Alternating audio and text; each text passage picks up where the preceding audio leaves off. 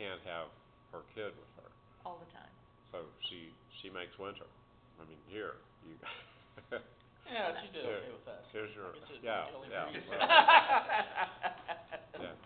She decided to just give us hell during the summertime. So are there things that you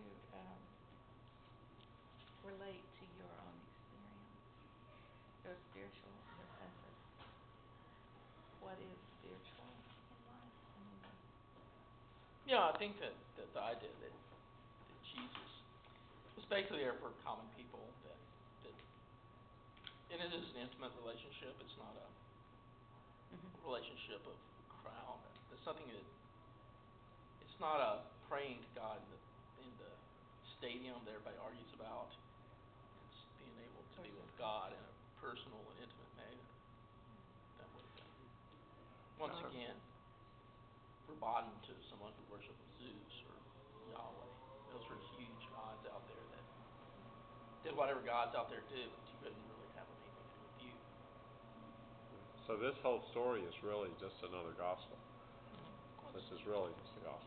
It's basically the last chapter of John. Well, except for the jug, that's from the synopsis thing. I always read every time we read that, I go, they're going into a crowded market on Passover in Jerusalem to find a person with a jug of water. Yeah. You know, I love that verse. Like, and then you follow that guy, and then you say this, and then it'll take you here. Like, how many people had jugs of water in the market? And then sometimes the Bible is funny. They do throw things in there that are meant to be a joke. Every Passover, not Passover, every Pentecost, when they read that story about, no, they're not drunk. It's too early in the morning. It's going to laugh, and everybody else thinks it's so serious. It's obviously thrown in as a joke.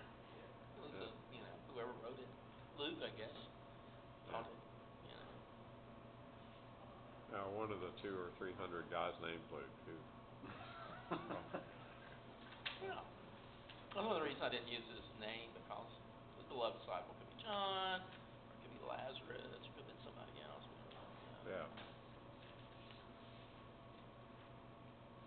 Going back to the food, you've got the kind of public use of food with the temple, and then you've got the distinctly personal relationship with the peach, and then you've got the disciples gathering for a meal, sort of between those two, because it's intimate. I mean, it's not the big theatrical thing at the temple. It's more it's about personal relationships, but something symbolic is going on that seems more I guess more public than the story of the peach. Yeah, but still, it's a dinner. Even if it was the feast, the Passover feast, that's what they're eating in the room. The Gospels say that. But that's not the food, bread, and the wine. He just takes that out of the big feast. It says, "No, this is my body, and this is my so forth." Like sharing of food. They form a company. Copan, the sharing of food, sharing of bread, literally means company is people who eat together. Yeah, I used to work for a grocery store. We had a special set of training for people who did what we refer to as the front end. The front end is where you go through the process of buying your food. And part of that thing, we had a woman who worked there, whose name was Margaret Wittenberg, and she did all the front end training. And one of the things that she always tried to impress the people who were doing the checkout part of the stuff is that the grocery business is not like any other business, because in any other business, when the transaction is actually completed, whatever that transaction is, you don't expect that the customer is going to put that in their mouth. And so she said, this thing that characterizes what we do is the most intimate business that we have in our society, besides just plain old prostitution. So you have to deal with the customer where you portray to them your sensitivity to the fact that they're intending to eat this, and they're going to actually put it in their mouth. So you don't want to roll it down the belt or slide it, you don't want to handle it in some way that seems rough and not like you're valuing the stuff the things that they have picked, the pomegranate that they have picked.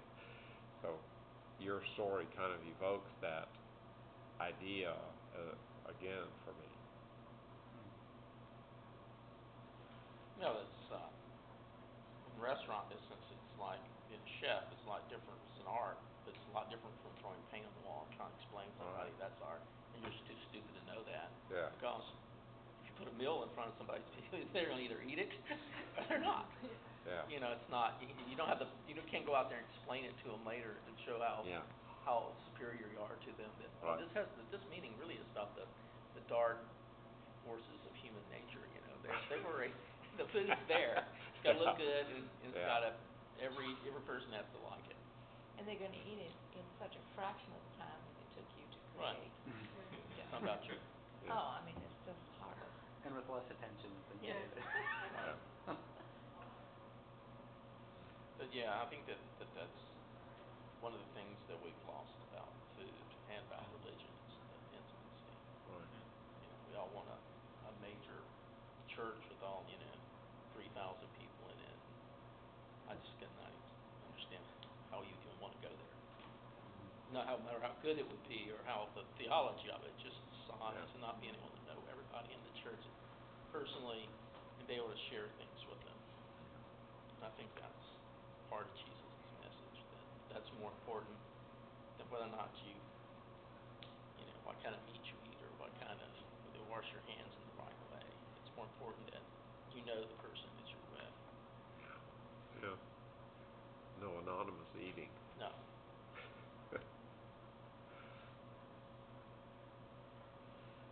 One of the things I liked about the story was the searching for the water, not just the humor of that situation, but there was also this undercurrent of sort of looking for the living water, or looking for that refreshment, and a real sense of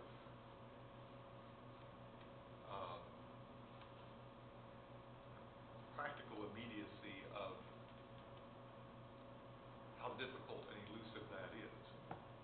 That you talk in these theological terms about how grace comes or salvation comes or something, but really you're just wandering around in the dusty market trying to figure out where And to go.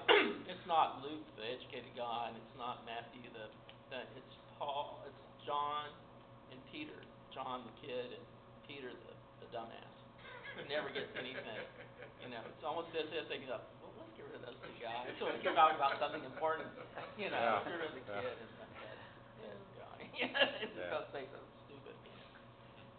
So they're the ones actually out in the marketplace trying to find you, not the other guys. I like to have that part of the story too. Remember, these guys were writing. They understood what was going on. And I guess that's one of the things too. But these guys had been in the market in Jerusalem, so why were they walking? It's all three of the synoptic gospels. They had that water jug thing. So either it had some sort of meaning like that to them, or maybe it was a joke. Maybe it was something to. Or maybe they left off an adjective. It might have been the jar that had the curvy handle, or Right. the jar that was painted with the